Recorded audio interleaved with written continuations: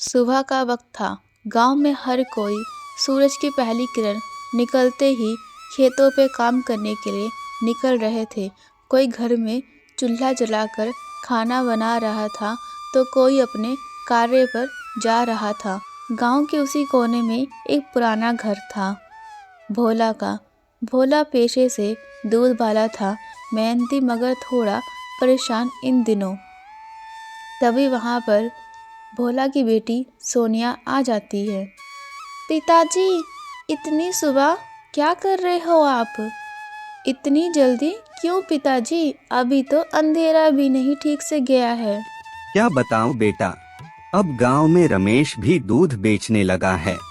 कम दाम में बेचता है, जिसकी वजह से सभी लोग उसी के पास जा रहे हैं दूध खरीदने, और मेरे पास ज्यादा लोग नहीं आते। इसलिए मैं जल्दी उठ जाता हूँ ताकि जल्दी दूध बेच सकूं।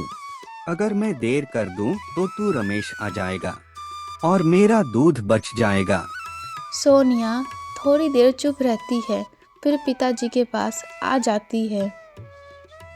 अच्छा, तो ये बात है पिताजी। पिताजी, आप चिंता मत करो। आपका दूध सबसे बढ़िया होता है और बिना कुछ मिलावट वाला होता है और शुद्ध भी। और ये बात तो सभी को पता है। पिताजी, रमेश भले ही सस्ता दूध बेच सकता है, मगर आपके जितना अच्छा दूध कभी नहीं बेच सकता। बेटा, तुम दुनिया को नहीं जानती। ये दुनिया सस्ते में खुश हो जाती है। लोगों को कम दाम से फर्क पड़ता, ना कि दूध कैसा है। भोला ने साइकिल पर दूध के कस्तर बांधे और धीरे धीरे कच्चे रास्ते पर निकल पड़ा दूध बेचने। भोला दूध देने लोगों के घर जाता है।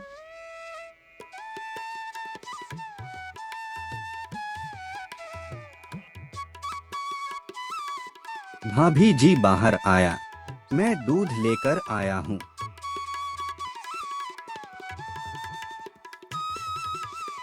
भाभी जी माफ करना, दूध आज जल्दी लेकर आ गया। भाभी जी, आपका दूध वाला बर्तन का है।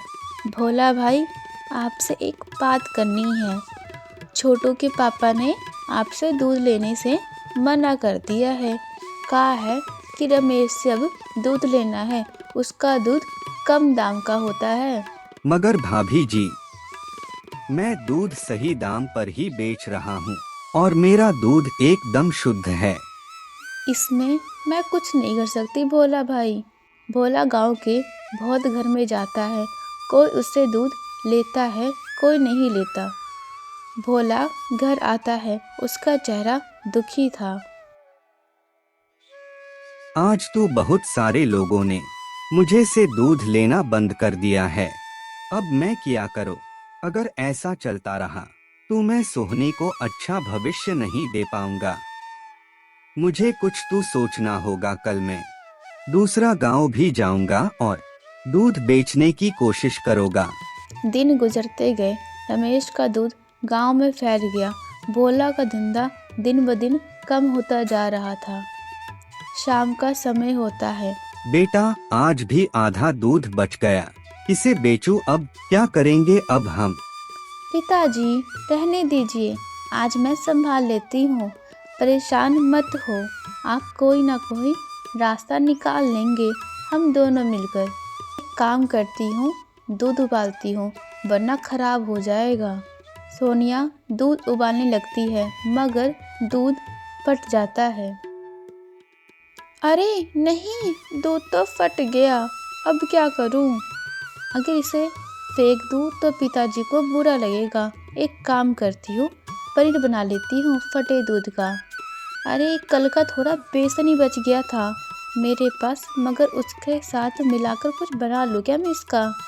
सुहानी पनीर में बेसन, प्याज और मसाले मिलाकर छोटे छोटे गोले बनाती है और तलना शुरू करती है।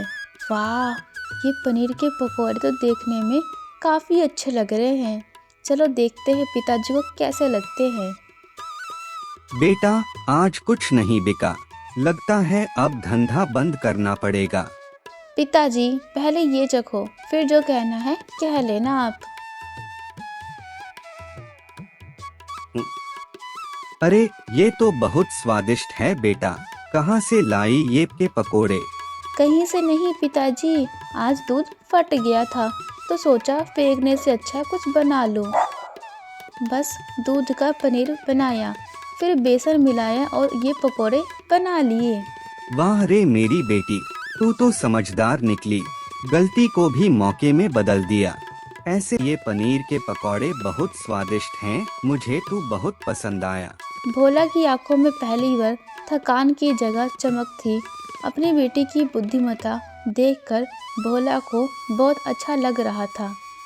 भोला अगले दिन काम पर जाता है मगर कुछ नहीं बदलता। भोला निराश होकर घर वापस चला जाता है।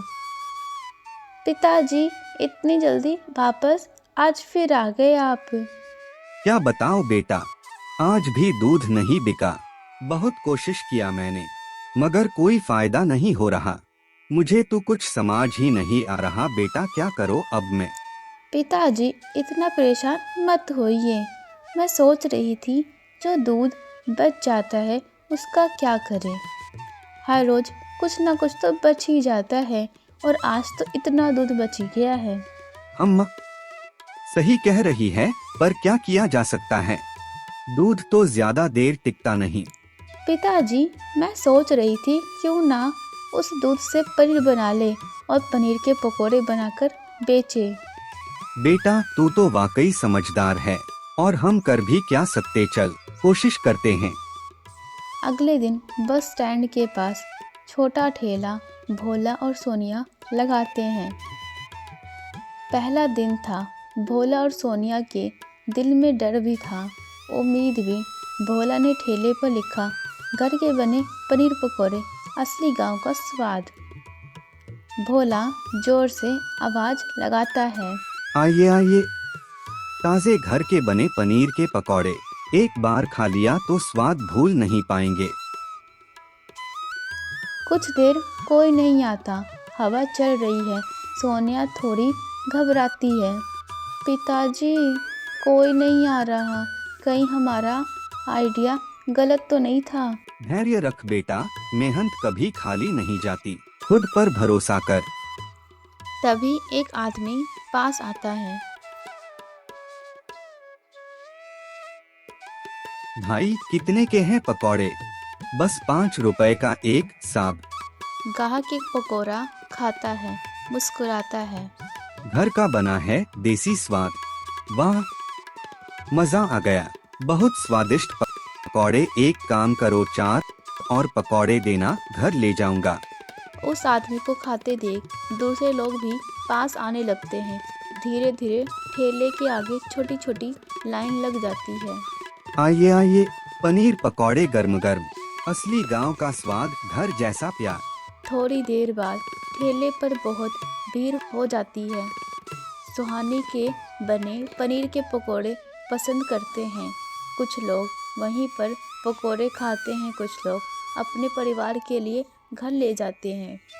अरे बेटा, सब सब बिक गया। हाँ पिताजी, आज हमारा पहला दिन है और पहला कदम सफलता की ओर था। बेटा आज हमारा पहला दिन था और सब कुछ बिक भी गया। मैं आज बहुत खुश हूँ। नहीं पिताजी, आपके बिना कुछ नहीं कर पाती मैं। हम दोनों ने ही बहुत मेहनत की है। चलो पिताजी, पैसे गिनते हैं आज हमने कितना कमाया है। ठीक है बेटा, चलो मैं पैसा गिनाता हूँ। 5, 10, 20। अरे बेटा, पूरे 1000 रुपए हुए। बेटा आज हमने पहले दिन में ही 1000 रुपए का काम लिया है। पिताजी सच में 1000 रुपए है? मैं तो आज बहुत खुश हूँ। और पिताजी, ये सिर्फ पैसे नहीं है, ये हमारी मेहनत का आशीर्वाद है। बेटा आज पहली बार लगा कि भगवान ने हमारी सुन ली। मेहनत अगर सच्ची हो तो किस्मत भी झुक जाती है। भोला की आंखों में आंसू थे।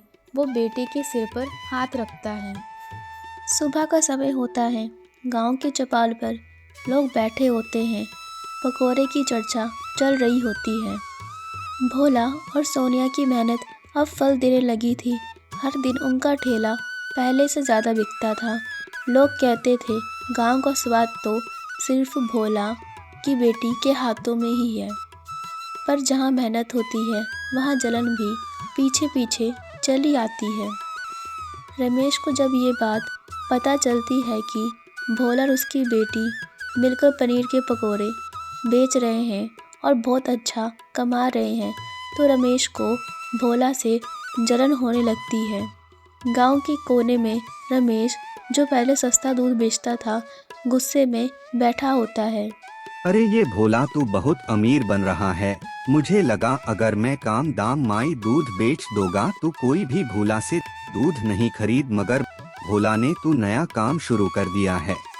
पहले लोग मेरा दूध लेते थे, अब सब उस भोला के पकौड़े खाने जाते हैं।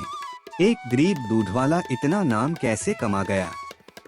अरे छोड़ ना रमेश, लोग मेहनत से ऊपर नहीं जा सकते। भोला की बेटी बहुत होशियार है, उसने ही पकौड़े का आइडिया दिया था। नहीं तू अब बस देखना मैं क्या करता हूँ। अगर वो पनीर का पकोड़ा बेच सकता है तो मैं भी बेच सकता हूँ, और कम दाम में बेचोगा ताकि सभी मेरे से ही पकौड़े खरीदे। रमेश ने उसी शाम पास के शहर से सस्ता पनीर मंगवाया और अगले ही दिन भोला के ठेले के पास अपना ठेला लगा दिया। सुबह सोनिया और भोला अपना ठेला लगा रहे थे। अरे बेटा, वो देख रमेश भी पकौड़े बेच रहा है। हाँ पिताजी, पर चिंता मत कीजिए, हम नकल नहीं करते, हम तो दिल से काम करते हैं और कुछ मिलावट भी नहीं करते। सही कहा बेटा, स्वाद सिर्फ मसाले से नहीं, नियत से भी आता है। रमेश ने जानबूझकर अपने पकोड़े सस्ते रखे, सिर्फ 3 रुपए के। लोग पहले दिन उसके ठेले पर ज़्यादा गए, जिसकी वजह से भोला के ठेले पर कुछ ही ग्राहक थे। मगर रमेश की खुशी ज़्यादा दिन तक नहीं टिकी। जल्द ही उसके पकोड़ों की शिकायतें आने लगी। अरे भाई, रमेश के पकौड़े तो तेल में तैर रहे थे, ना स्वाद ना खुशबू। हाँ, भोला की बेटी के पकौड़े में तो घर का स्वाद आता है। पता नहीं क्या जादू है उनके हाथ में। धीरे धीरे लोग फिर से सोनिया के ठेले पर लौट आए। रमेश के ठेले पर अब कोई भीड़ नहीं होती थी। अब कोई भी गांव वाला उससे पकोड़े नहीं खरीदता था। उसका ठेला बर्बाद हो चुका था। रमेश का सारा पनीर बचा हुआ था, वो कुछ नहीं कर पाता और उसके बाद वो अपना ठेला लेकर चला जाता है। बेटा देखा तूने, सच्चाई देर से सही पर जीतती जरूर है। हाँ पिताजी, और मैंने सीखा कभी किसी की मेहनत की नकल नहीं करनी चाहिए, क्योंकि मेहनत की कॉपी नहीं बनती है।